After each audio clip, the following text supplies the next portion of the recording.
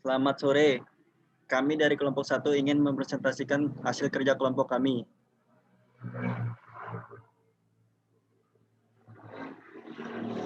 Oke, next.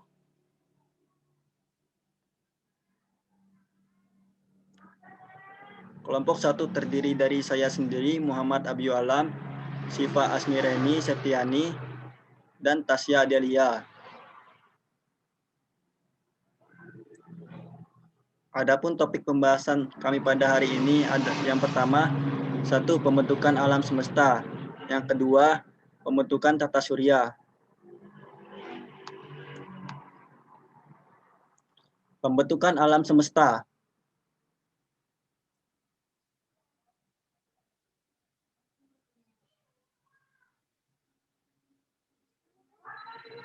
Pembentukan alam semesta.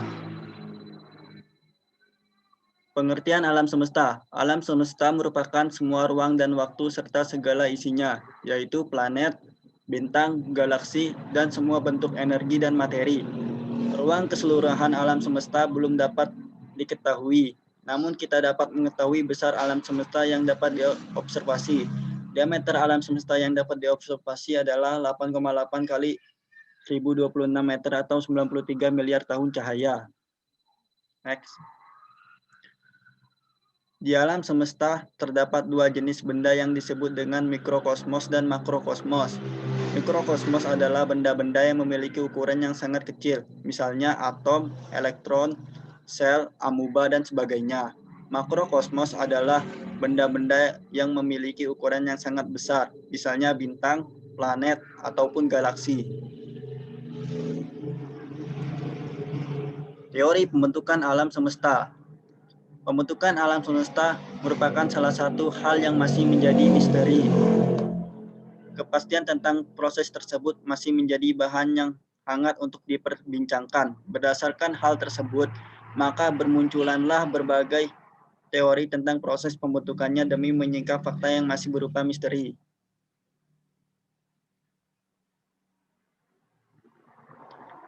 Teori keadaan tetap atau steady state theory. Teori ini dikemukakan oleh Fred Hoyle, Hermann Bondi, dan Thomas Gold, 1948. Teori ini berdasarkan osmologi sempurna yang menyatakan bahwa alam semesta dimanapun dan bila manapun selalu sama. Alam semesta selalu tetap sama walaupun galaksi-galaksi saling bergerak menjauhi satu sama lain. Jadi teori ini beranggapan bahwa alam semesta tidak terhingga besarnya dan tidak terhingga tuanya, atau tanpa awal dan tanpa akhir.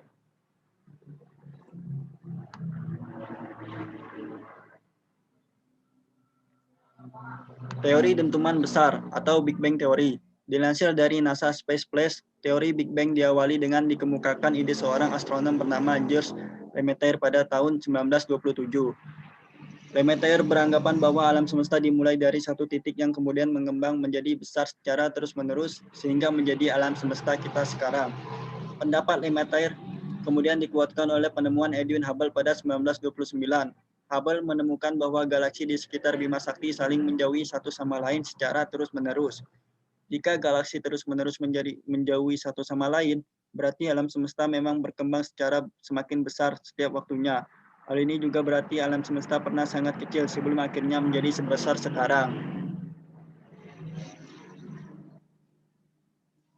Berikut gambaran teori Big Bang.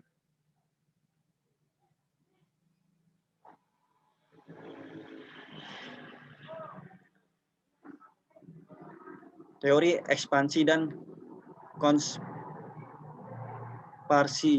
Teori ini dikemukakan oleh M. Smith, Arno Panzias, dan Robert Wilson. Teori ini berpendapat bahwa satu siklus di jagat raya, satu siklus mengalami suatu masa ekspansi atau mengembang, dan satu masa konstruksi atau menyusut. Satu siklus diperkirakan berlangsung selama 30 miliar tahun.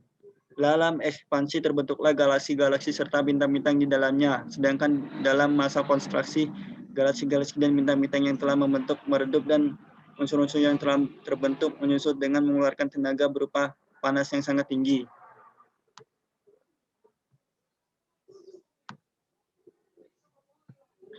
Selanjutnya akan dilanjutkan oleh Tasya Adelia. Selanjutnya ada pembentukan tata surya.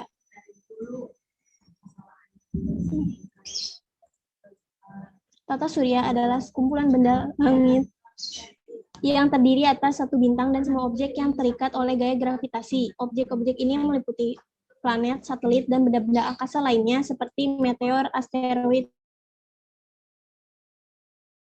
Pertama yaitu matahari. Matahari adalah bintang induk tata surya dan merupakan komponen utama tata surya dan dikategorikan ke dalam bintang kerdil kuning. Fungsi dari matahari antara lain sebagai sumber utama energi di permukaan bumi, yang kedua sebagai sumber energi fotosintesis, yang ketiga membuat bumi tetap hangat, yang keempat cahaya ultraviolet dari matahari digunakan sebagai salah satu antiseptik, yang kelima membantu pembentukan vitamin D, yang keenam membuat udara dan air bersirkulasi. Selanjutnya ada bagian-bagian matahari. Yang pertama, bagian dalam matahari atau interior matahari. Terdiri atas inti matahari, daerah radiatif, dan daerah konveksi. Terjadi reaksi termonuklir yang mengubah atom hidrogen menjadi helium. Temperaturnya diperkirakan mencapai 15 juta derajat Celcius dan pada permukaan temperatur turun menjadi 5.700.000 derajat Celcius. Bagian-bagian matahari yang kedua yaitu permukaan matahari atau fotosfer. Tebalnya itu kira-kira 300 km. Terdiri atas gas padat yang terlihat sebagai bola perak berkilauan.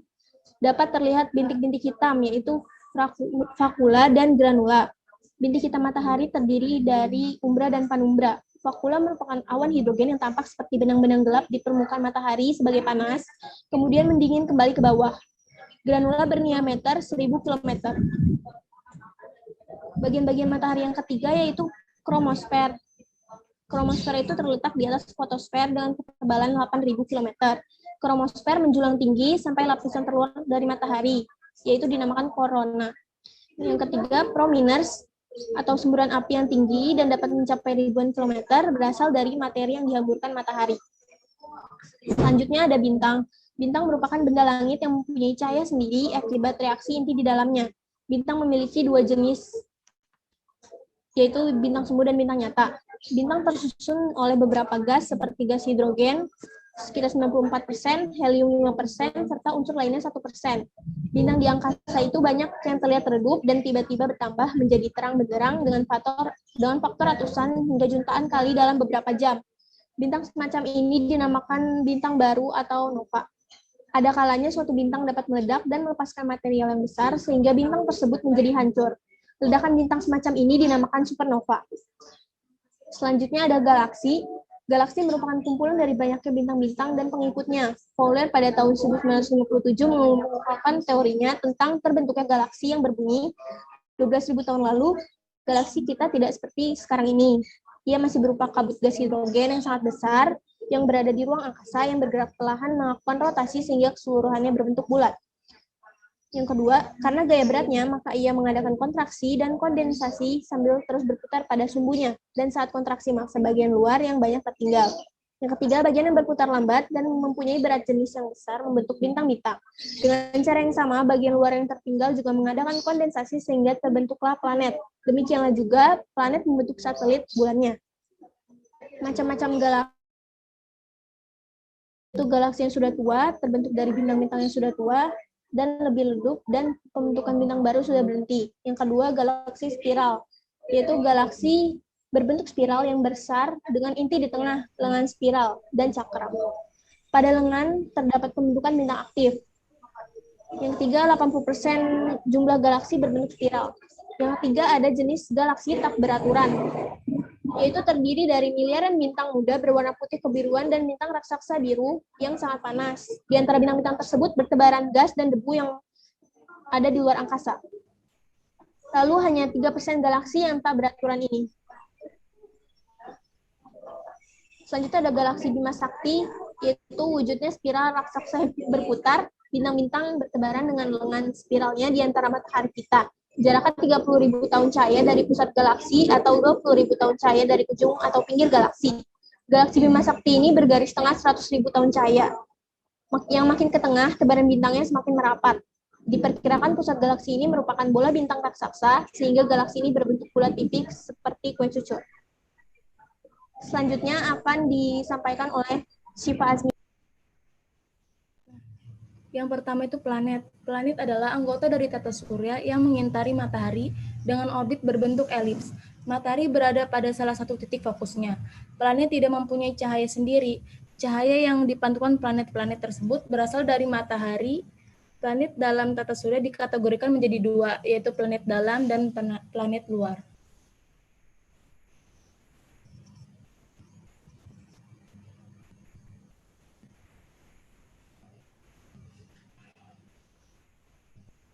Planet dalam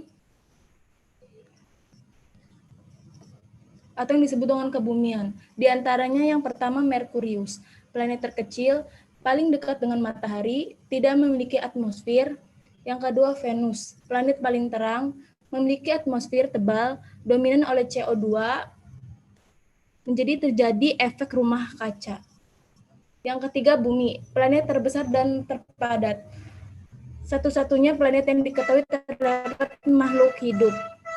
Dan yang ketiga, orbit bumi mengitari matahari terbentuk elips. Yang keempat, Mars. Atmosfer tipis, permukaannya dari waktu ke waktu berubah. Ada hipotesa, ada kehidupan, pernah ada kehidupan, tidak ada kehidupan.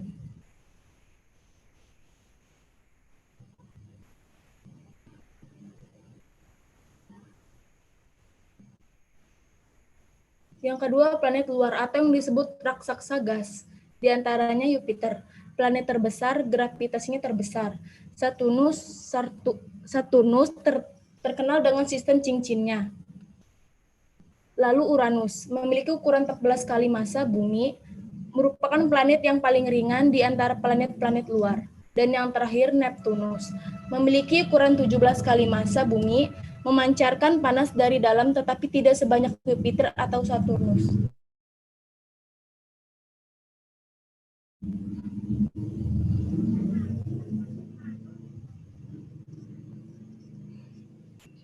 Benda-benda angkasa.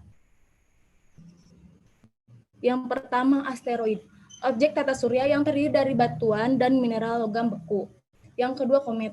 Benda antar planet berupa bongkahan es dan debu yang mengitari matahari dengan orbit elips. Yang ketiga, meteor. Bagian dari asteroid yang terpisah, meteor yang jatuh ke bumi akan tampak seperti bola api.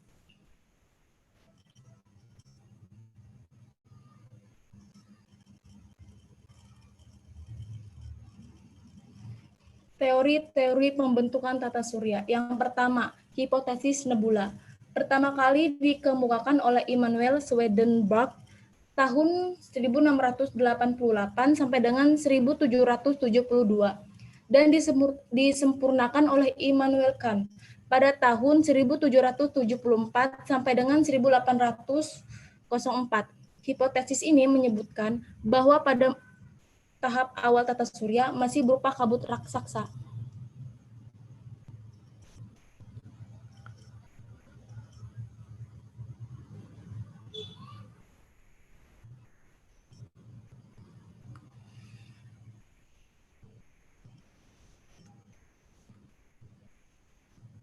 Berikut gambaran teori nebula.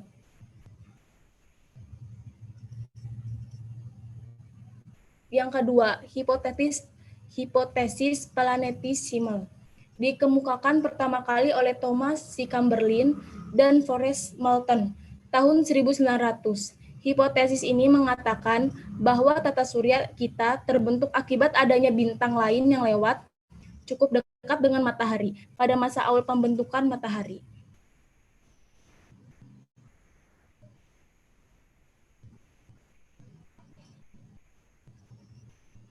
Berikut gambaran teori planetisme oleh Thomas Chamberlain dan Forrest Moulton. Yang ketiga, hipotesis pasang surut. Dikemukakan oleh James James pada tahun 1917. Menurut hipotesis ini, planet terbentuk karena mendekatnya bintang lain kepada matahari.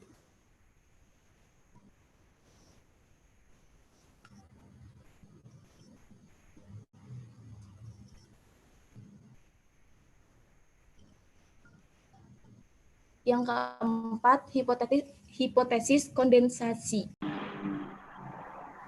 Yang keempat, hipotesis kondensasi dikemukakan oleh J.V. Kepler pada tahun 1905 sampai dengan 1973. Menurutnya, tata surya terbentuk dari bola kabut raksasa yang berputar membentuk cakram raksasa. Next.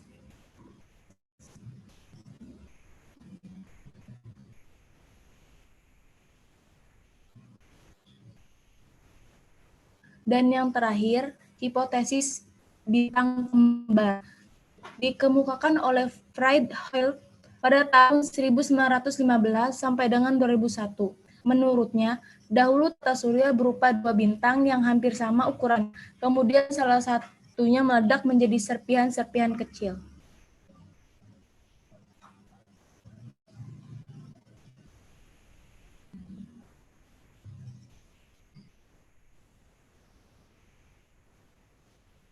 Terima kasih. Demikianlah presentasi hari ini. Kurang lebihnya mohon maaf. Wassalamualaikum warahmatullahi wabarakatuh.